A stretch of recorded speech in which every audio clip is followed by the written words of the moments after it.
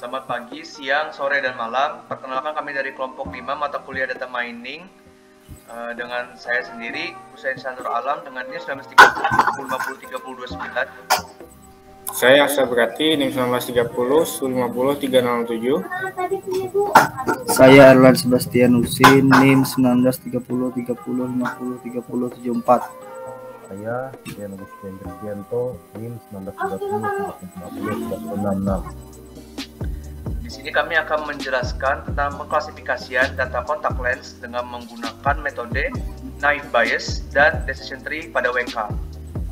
Baik, kali ini saya akan menjelaskan di mana dataset ini menentukan jenis kontak lens yang telah direkomendasikan terhadap gangguan mata yang sudah didata pada dataset. Pada dataset kontak lens terdapat beberapa atribut di dalamnya, yaitu atribut X atau usia, yaitu usia dini sebanyak 8 orang, remaja sebanyak 8 orang, dan dewasa sebanyak 8 orang. Lanjut ke atribut jenis penglihatan, yaitu rabun jauh sebanyak 12 orang, rabun dekat sebanyak 12 orang. Atribut silinder ini terdiri dua pilihan, yaitu ya atau tidak. Untuk tidaknya 12 orang dan ya-nya 12 orang. Atribut tingkat produksi air mata, yaitu terdiri dari kurang atau normal, yaitu kurang terdiri dari 12 orang, normal 12 orang. Atribut kontak lens, softnya 5 orang, hardnya 4 orang, tidak ada 15 orang.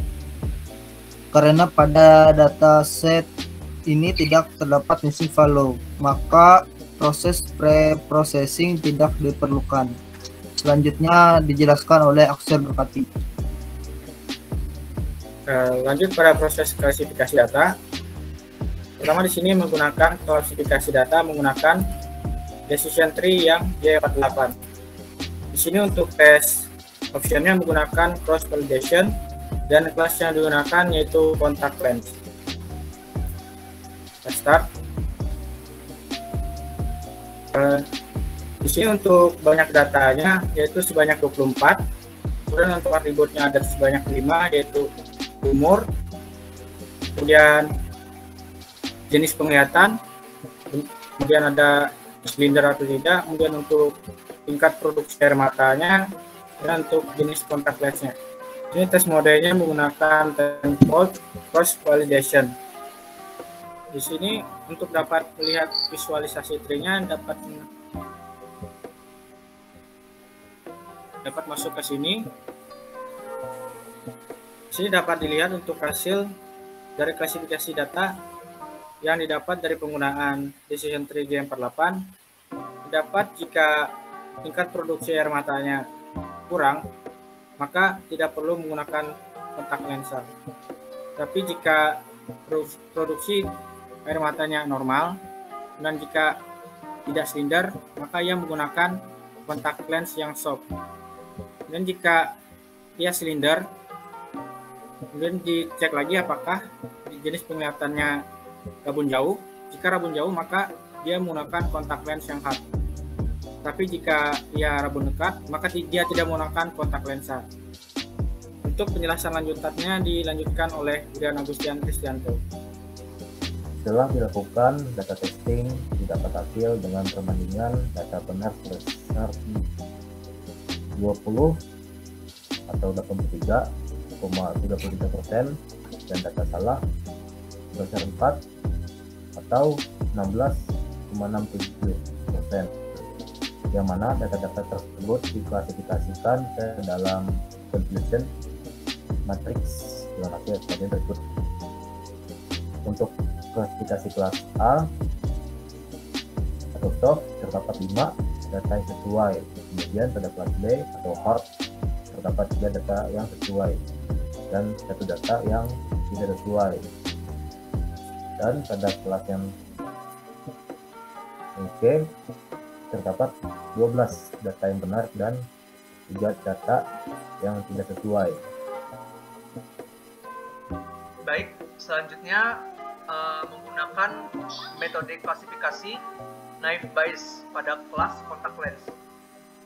Pada penggunaan klasifikasi naive Bayes untuk kelas kontak lens didapat penggunaan label kontak lens, di mana label soft sebanyak 0,22, label hard sebanyak 0,19, dan label tidak menggunakan lensa sebanyak 0,59. Baik, pada atribut usia, di mana dalamnya terdapat usia dini, usia remaja, dan usia dewasa atau usia tua. Pada usia dini, untuk penggunaan lensa soft itu didapat sebanyak 3 orang, kemudian lensa hard sebanyak 3 orang, dan tidak menggunakan lensa sebanyak 5 orang.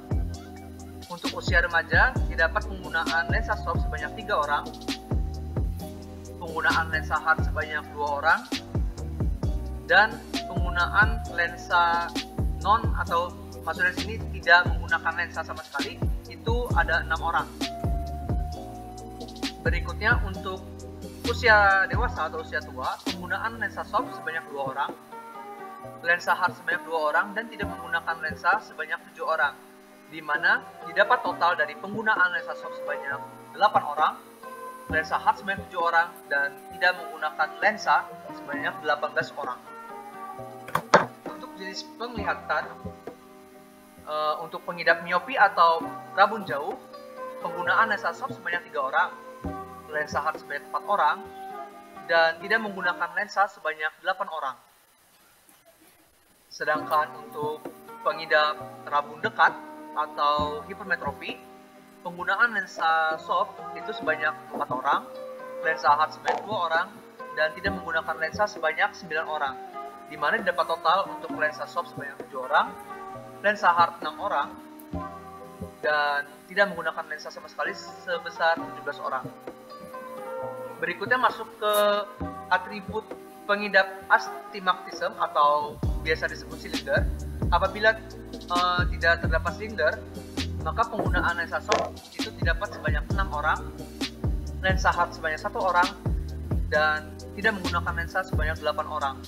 Sedangkan pada pengidap silinder, untuk pengguna lensa soft itu sebanyak 1 orang, lensa hard 5 orang, dan tidak menggunakan lensa sebanyak 9 orang, sehingga didapat total untuk lensa soft itu 7 orang, lensa hard 6 orang, dan tidak menggunakan lensa 17 orang. Berikutnya masuk ke atribut tingkat produksi air mata. Apabila mengalami kekurangan tingkat produksi air mata, untuk penggunaan lensa soft itu sebanyak 1 orang, kemudian lensa hard sebanyak 1 orang, dan tidak menggunakan lensa sama sekali ada 13 orang. Untuk tingkat produksi air mata yang normal, pengguna lensa soft itu sebanyak 6 orang, kemudian lensa hard sebanyak 5 orang, dan tidak menggunakan lensa sama sekali itu ada 4 orang, sehingga dapat total untuk lensa soft ada 7 orang, lensa hard ada 6 orang, dan tidak menggunakan lensa sama sekali ada 17 orang. Setelah dilakukan data testing, dapat hasil dengan perbandingan data benar atau data sesuai sebesar 17, yang apabila dipresentasikan nilainya kurang lebih 70,83%. Sedangkan untuk data salahnya sebesar 7, atau perkiraan presentasinya kurang lebih 29,74%, yang mana data-data tersebut akan diklasifikasikan kembali ke dalam confusion matrix dengan hasil sebagai berikut. Untuk kelas A atau kelas lensa soft, terdapat 4 data yang sesuai dan 1 data yang tidak sesuai, yang terletak di data C atau matriks yang ada di kelas C. Kemudian pada kelas B atau lensa hard, itu terdapat 1 data yang sesuai dan 3 data yang tidak sesuai. Dan pada yang kelas terakhir, itu yakni kelas C atau yang tidak menggunakan lensa sama sekali, itu terdapat 12 data yang benar dan 3 data yang tidak sesuai. Untuk 3 data yang sesuai itu terdapat pada matriks A yakni sebesar 1 dan matriks B sebesar 2. Sekian penjelasan dari kelompok kami. Mohon maaf apabila ada kesalahan dalam penyampaian dan perkataan. Kurang lebihnya kami benar-benar mohon maaf atas perhatiannya. Kami ucapkan terima kasih.